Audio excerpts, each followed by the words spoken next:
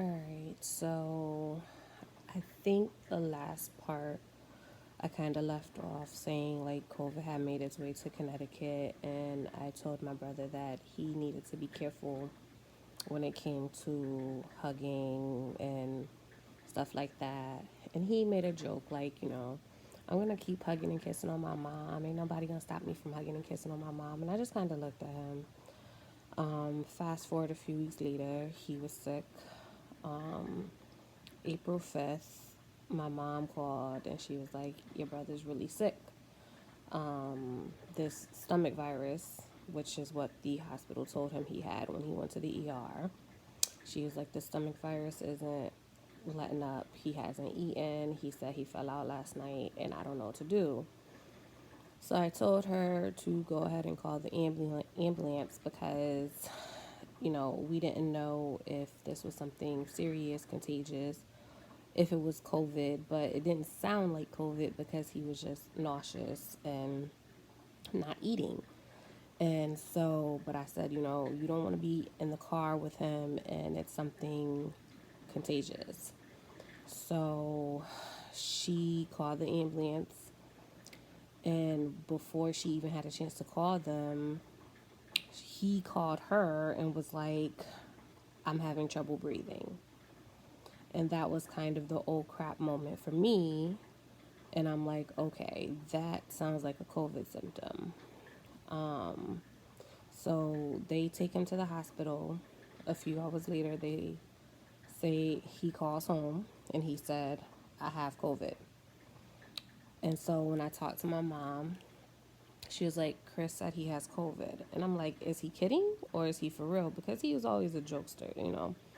So I'm like, was he serious? She said, well, he sounded like he was serious. And so my stomach just dropped. Like, it was like I was on a roller coaster ride because I knew if he had it, my mom at least probably had it, and maybe even my dad had it because she was taking care of him, going upstairs, trying to make sure he had food or whatever, and then she would come downstairs and take care of my dad to make sure he was going to work and fixing his lunch or whatever the case may be. So I got really nervous, and my spirit just got really unsettled. So that Thursday, my brother ended up having some heart issues. And when that Wednesday, my parents went to get tested. And so when my brother had some heart issues, both my other brother and my dad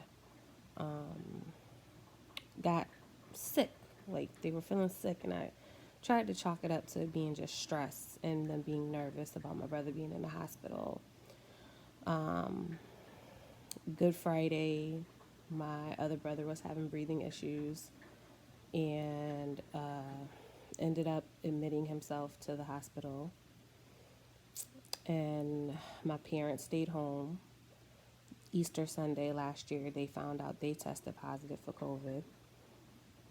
And while in the hospital, my brother found out he was positive for COVID.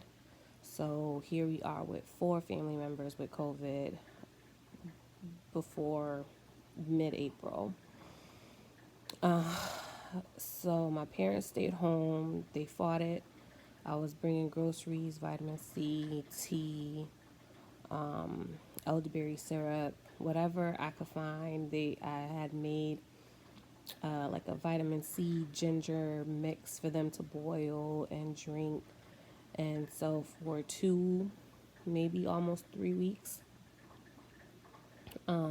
they stayed home fighting COVID. There was a point where they were both really sick. I would call them, encourage them to get up and move around, to take deep breaths. My mom was doing really good. She would get up. I would ask her if she drank some of the tea. She would be like, yeah. She would be like, I even boiled some of that stuff you brought over here, and I ate a piece of the ginger. And I'd say, great. Did daddy eat anything or drink anything? He would say he wasn't hungry, and he wouldn't drink the tea.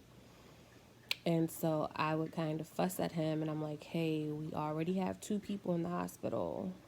You don't need to be in there too. You know, I need you to get up, move around, stop saying you're tired. I need you to drink some tea. I need you to do this because we don't need another person in the hospital. And he would say, okay, okay, okay. But he wouldn't really do it. I would even get my son to call him and say, you know, Grandpa, move around, you gotta move, you know, to see if that would encourage him to move. And it kind of helped, but not really. And so that was what was going on around this time last year. We had two people in the hospital. My brother, at this point, the first brother that went in, was intubated at this point after Easter, and sedated. He had some heart issues, which I think they called a heart attack or a stroke. He was starting to have kidney failure at this point in time.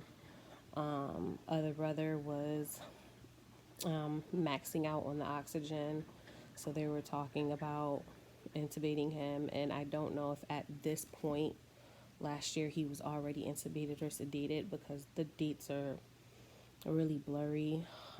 And parents were home fighting COVID, and I was Uber Eats, Instacart, homeschooling 4 kids, just trying to stay afloat and trying to stay positive. So I'm gonna cut this video right here, and that is, I guess, kind of part two of where I was last year, or what I was doing last year, or how my year was going, whatever we're calling this. I don't know. Yeah, so I'll see y'all the next time I decide to make a video.